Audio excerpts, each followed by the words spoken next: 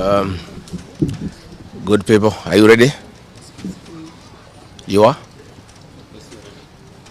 Thank you very much. We are here at the current hospital. To see the Honorable George Koimburi, the Honorable Member of Parliament for Juja, who was brought here in critical condition. Last Friday, the Honorable George Koimburi had a function in his constituency in a place called Gachagua, and he had a serious engagement with his constituents. In fact, I had the opportunity to address those people through the phone. And after he left the ceremony, he was accosted by officers from the DCI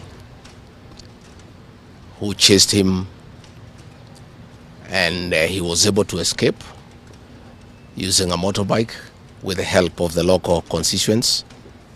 His vehicle was impounded and his driver was arrested. That vehicle is still in the hands of the DCI. And on Sunday, when he was in church, immediately after the service, 2 undercover agents of a killer squad that has been put in place to deal with elected leaders who are not supportive of William Ruto abducted him in full glare of the church members, and in the process almost harmed his wife. It is not known where he was taken to, but after a serious search early this morning, he was found in a coffee plantation in Kipichoi, that is in the Githunguri constituency, badly beaten and in very serious condition.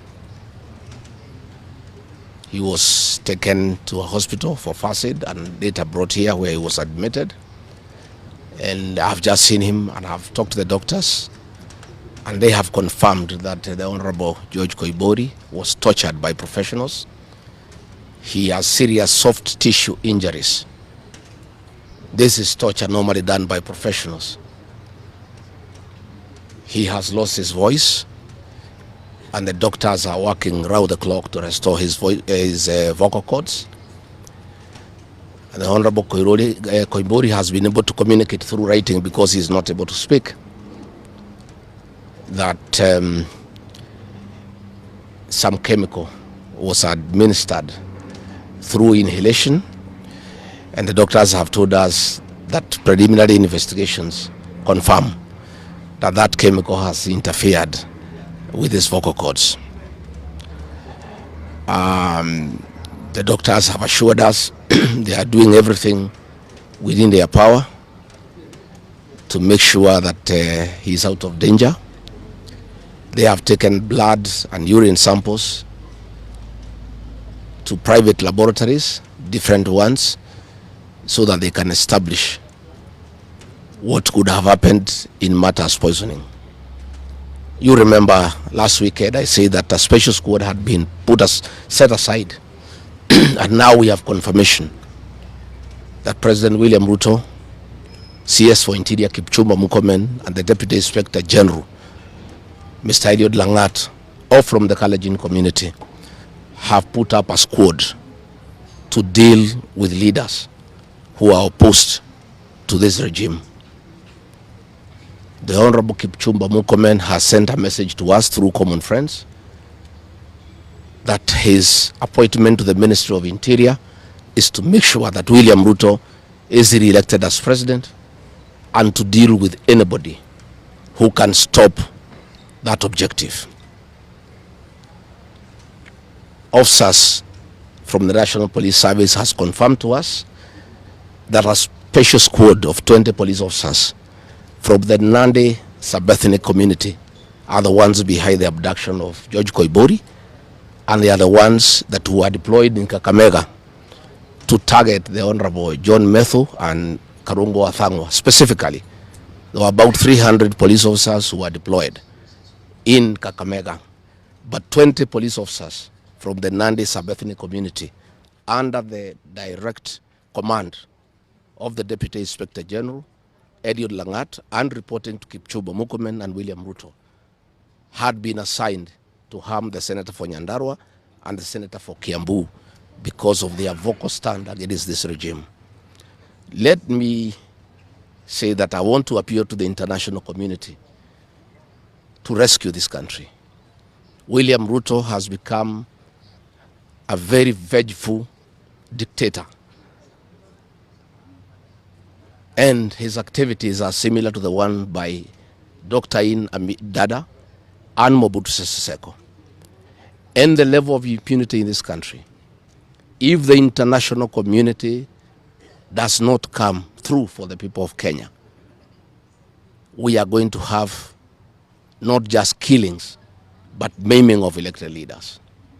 What has happened to the Honorable Koimburi is a very deliberate attempt by William Ruto, Kipchumba Murkomen, and Langat to scare leaders who speak out.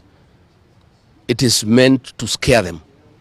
It is meant to sell them fear so that they can stop agitating for the liberation of this great republic.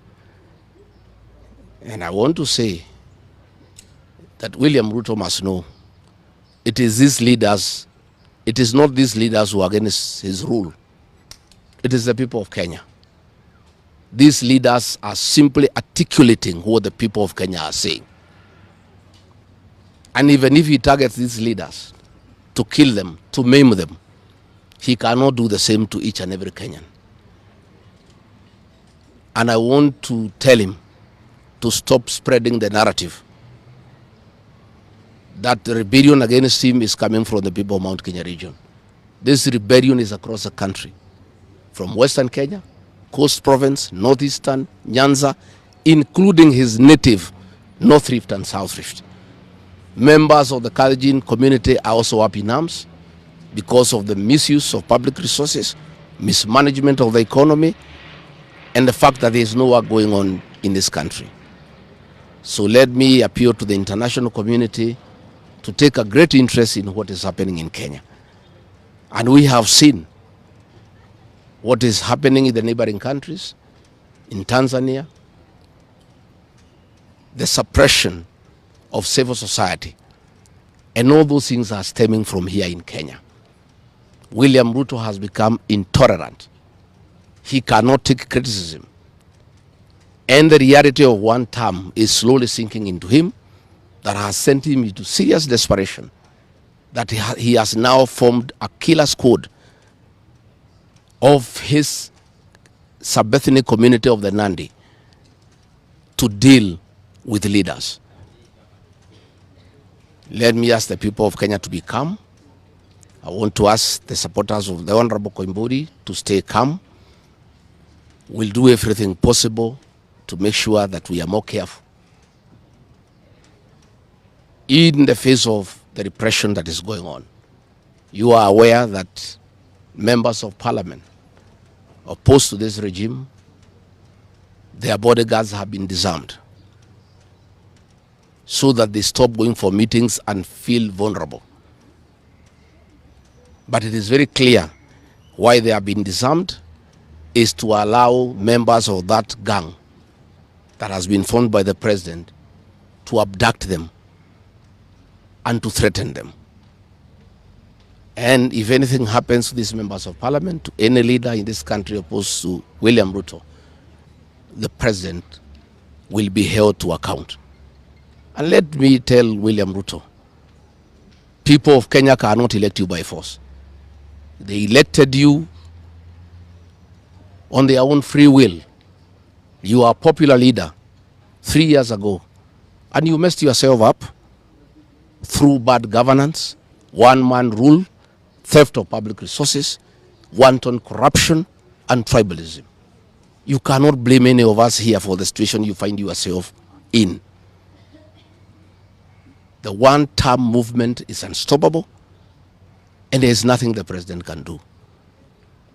He can kill these leaders, he can abduct them, he can torture them, but he cannot do that to all the people of Kenya. So I want to urge members of parliament and senators and others not to give up. Nobody can die from morning to evening. You can only die once. And the tree of liberation will be watered by blood. The Honorable George Koimburi is a hero of the Kenyan people. What he has undergone, the torture, the pain he is in, the anguish to his family members is not in vain. This liberation will take place, it will happen. And let me conclude by asking the Kenyan people not to be intimidated. Kenya is a constitutional democracy. They are entitled to cast their vote the way they want. And William Ruto cannot force the people of Kenya to elect him. And there is nothing he can do about it. Thank you very much.